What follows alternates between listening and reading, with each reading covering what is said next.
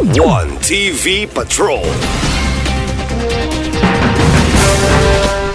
Report sa July 22 IP Tribal Leaders Meeting sa Uzamis gihulat sa IP Affairs Committee.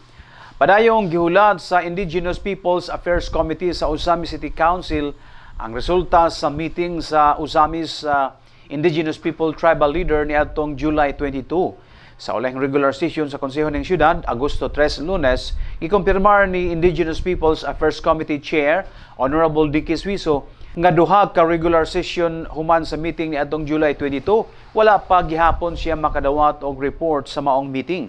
Yang gihulat ang report aron sa tuyo nga iyang masaran kung unsa ang mga agenda nga natuki sa gipatawag nga tribal leaders meeting ni Uzamis IP Chieftain Relinda Bation isip committee nga may kalabutan sa programa ug aktibidad sa IP.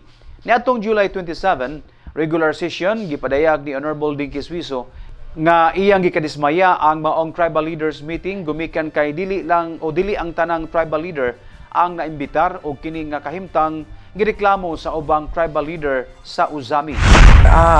Regarding the July 22 meeting conducted by the Chieftain Relinda Bation on few of the IP leaders, part of the permit granted to them is they have to submit a post-activity report and also the minutes on what has transpired during the meeting. And as of today, as of the press time, the said committee report and post-activity report were not yet submitted. So we're still waiting for the report to be submitted. Thank you very much.